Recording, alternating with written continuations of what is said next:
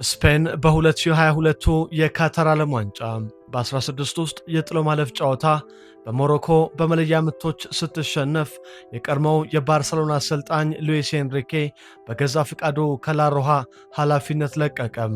የስፔን እግር ኳስ ፌዴሬሽንም ከሁለት ቀናት በኋላ በትልቅ ደረጃ የማሰልጠን ልምድ የሌላቸውን ሉዊስ ዴላ ፉዌንቴ ካስቲዮ የተሰኙ የ61 ዓመት ጎልማሳ የስፔን ብሔራዊ ቡድን አዲስ አሰልጣኝ ተደርገው መሾማቸውን አስታወቀም።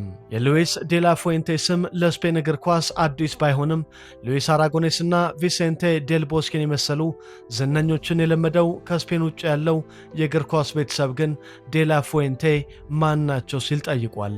ምክንያቱም እሳቸው በትልቅ ክለብ ሲጫወቱ ያስተዋለ፣ እንደ ሪያል ማድሪድ እና ባርሰሎና ባሉ ግዙፍ ክለቦችም ሲያሰለጥኑ የተመለከተ፣ የፕሪሚየር ሊግ አሊያም የአውሮፓ ቻምፒየንስ ሊግ ባለክብር ሲሆኑም ያየ አልነበረም።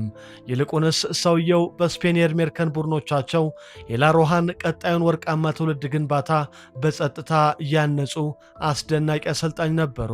ሉዊስ ዴላ ፉዌንቴ ካስቲዮ በታህሳስ 2022 የስፔን ብሔራዊ ቡድን ኃላፊነትን ከተረከቡ ወዲህ ግን በ3 ዓመት ተኩል ጊዜ ውስጥ ዝናቸው በመላው ዓለም ናኝቷል።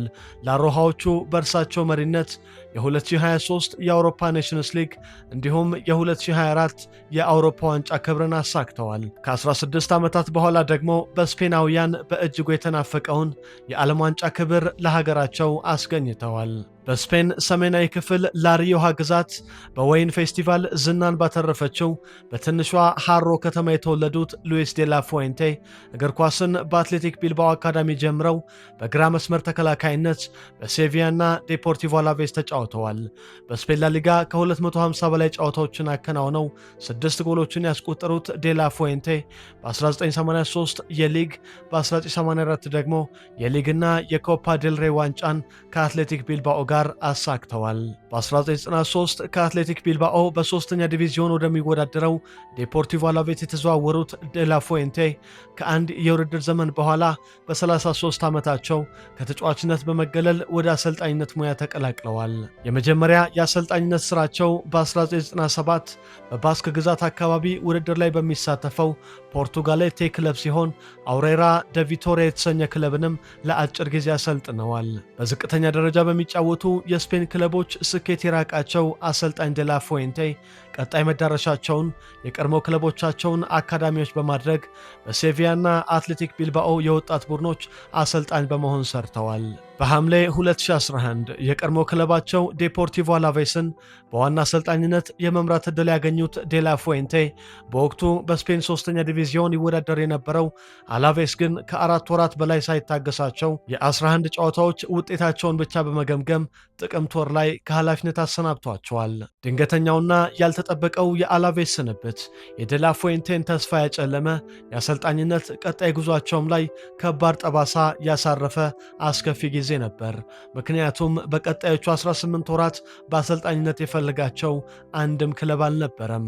2 ዓመት ለተጠጋ ጊዜ አብዝተው ከሚወዱት የእግር ኳስ ስራ የተለዩት አሰልጣኝ እንደ አውሮፓውያን አቆጣጠር በግንቦት 2013 ባልጠበቁትና ባላሰቡት መንገድ የነፍሳቸውን ጥሪ በአንድ የስፖርት ጋዜጣ ላይ ተመለከቱ።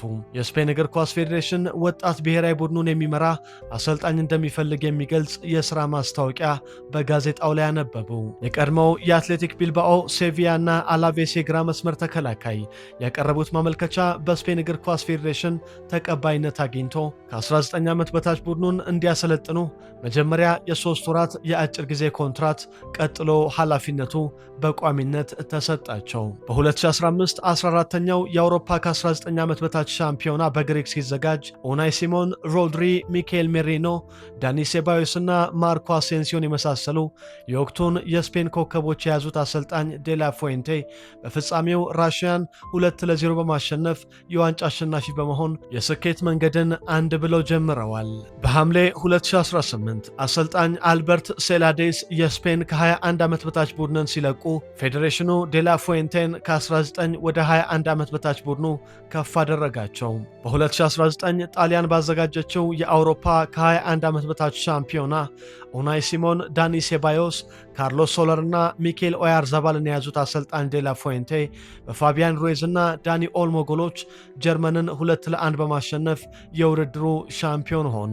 በ2020 የቶኪዮ ኦሊምፒክ የወንዶች እግር ኳስ ውድድር ደግሞ አሁን በዋናው የስፔን ቡድን ውስጥ ያሉትን ብዙዎቹን ኮከቦች ይዘው እስከ ፍጻሜ ተጉዘዋል። ኡናይ ሲሞን፣ ማርክ ኩኩሬያ፣ ኤሪክ ጋርሲያ፣ ማርቲን ዙቢሜንዲ፣ ፔድሪ፣ ሚኬል ሜሪኖ፣ ዳኒ ኦልሞ እና ሚኬል ኦያርዛባል በቶኪዮ ኦሊምፒክ ፍጻሜ በብራዚል 2-1 የተሸነፈው የአሰልጣኝ ሉዊስ ዴላ ፉዌንቴ የስፔን የኦሊምፒክ ቡድን አባላት ነበሩ። በ2010 የዓለም ዋንጫ ሻምፒዮን ከሆነች በኋላ በግዙፉ የእግር ኳስ መድረክ ስኬት የራቃት ስፔን በ2022 ካታር ላይ በጥሎ ማለፍ ከውድድር መሰናበቷን ተከትሎ አሰልጣኝ ሉዊስ ኤንሪኬ ኃላፊነቱን ሲለቅ በተለያዩ የዕድሜ እርከኖች ውጤታማ ቡድን የሰሩትን አስደናቂ ባለክህሎት ስፔናዊ ተጫዋቾችን በብዛት ያመረቱትን በትልቅ ደረጃ ግን ልምድ አልባውን አሰልጣኝ ሉዊስ ዴላ ፉዌንቴን የላሮሃ ዋና አሰልጣኝ አድርጎ ለመሾም ለስፔን እግር ኳስ ፌዴሬሽን 48 ሰዓታት በቂ ነበሩ። በስፔን ወጣት ቡድኖች አስገራሚ ስኬት በማስመዝገብ የላሮሃዎቹን ቀጣይ የእግር ኳስ ስርወ መንግስት የመሰረቱት አሰልጣኝ ሉዊስ ዴላ ፉዌንቴ በእጃቸው የሰሯቸውን ወጣቶችና ኳስን በከፍተኛ ሁኔታ በሚቆጣጠር በፍጥነት በሚያጠቃው አስደናቂ የጨዋታ መንገዳቸው ታግዘው በ2023 ክሮኤሽያን በማሸነፍ የአውሮፓ ኔሽንስ ሊግ ዋንጫ ባለቤት ሆኑ። በ2024 የአውሮፓ ዋንጫ ደግሞ በሩብ ፍጻሜ ጀርመንን፣ በግማሽ ፍጻሜ ፈረንሳይን፣ በፍጻሜው እንግሊዝን 2-1 በማሸነፍ ስፔንን የወቅቱ የአውሮፓ ሀያል ቡድን ማድረግ ችለዋል። ስፔን በ2025 የአውሮፓ ኔሽንስ ሊግ ፍጻሜ በፖርቱጋል በመለያ ምቶች ተሸንፋ ዋንጫውን ብታጣም የስፔን እግር ኳስ ፌዴሬሽን ለአሰልጣኝ ሉዊስ ዴላ ፉዌንቴ እስከ 2028 የሚያቆይ አዲስ ውል በመስጠት በአሰልጣኙ ላይ ያለውን ከፍ ያለ መተማመን አሳይቷል።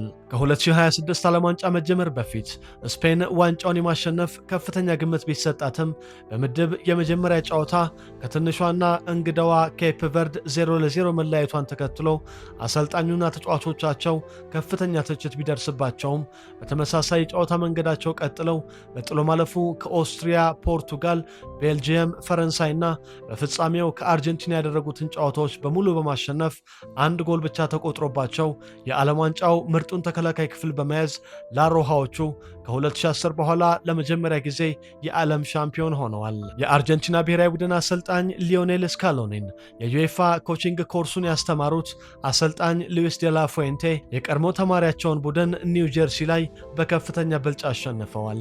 አሰልጣኝ ሉዊስ ዴላ ፉዌንቴ በ60 ዓመት ከ29 ቀናት የዓለም ዋንጫን በማሸነፍ በዕድሜ ትልቁ በመሆን በ2010 ስፔን ሻምፒዮን ስትሆን በ59 ዓመት ከ6 ወራት ከ18 ቀን አሰልጣኝ የነበሩትን የቪሴንቴ ዴል ቦስኬን ሪካርድ አሻሽለዋል። የስፔንን ያለመሸነፍ ጉዞ ወደ 38 ጨዋታ ከፍ ያደረጉትና በዋናው ቡድን 2 ጊዜ ብቻ ሽንፈት የገጠማቸው አሰልጣኝ ሉዊስ ዴላ ፉዌንቴ በ2008 ሉዊስ አራጎኔስ የስፔንን የዋንጫ እርግማን ከሰበረው በኋላ ቪሴንቴ ዴል ቦስኬ በዓለም ዋንጫና በአውሮፓ ዋንጫ ስኬት የስፔንን ወርቃማ ትውልድ አስቀጥለዋል። አሰልጣኝ ሉዊስ ዴላ ፉዌንቴ ግን የቀደሙ የስፔን ታላላቅ አሰልጣኞችን ምርጥ ተጫዋቾች ወይም ቡድን ግንባታ አላስቀጠሉም። ይልቁንም የስፔንን እግር ኳስ ወርቃማ ትውልድ ከወጣትነታቸው ጀምሮ አሳድገው በራሳቸው ቅርጽና ማንነት ገንብተው የእግር ኳስ ስፖርት ከግለሰቦች በላይ የቡድን ስፖርት ለመሆኑ ምስክር የሆነ አስደናቂ ቡድን ሰርተው ለዓለም አሳይተዋል። የስፔን እግር ኳስ ቀጣዮቹ ጊዜያት ብሩህ ሆነዋል። የላሮሃዎቹ የእግር ኳስ አብዮት አዲሱ ቀማሪ፣ የቡድኑ የውጤታማነት ዋና መሪ የሉዊስ ዴላ ፉዌንቴ የጨዋታ ሐሳቤ የዓለም እግር ኳስ የበላይ ሆኖ የሚቀጥል ይመስላል። ከ12 ዓመታት በላይ የማውቃቸውን ተጫዋቾች በእያንዳንዱ ደረጃ አብሬያቸው በመሆኔ እጅግ ደስተኛ ነኝ። የዚህ አስደናቂ የትውልድ አሰልጣኝና መሪ መሆን ከፍ ያለ ኩራትና ክብር የሚያጎናጽፍ ትልቅ መታደል ነው። ይህ የወቅቱ የዓለምና የአውሮፓ ሻምፒዮን አሰልጣኝ የሉዊስ ዴላ ፉዌንቴ ካስቲዮ መልእክት ነው።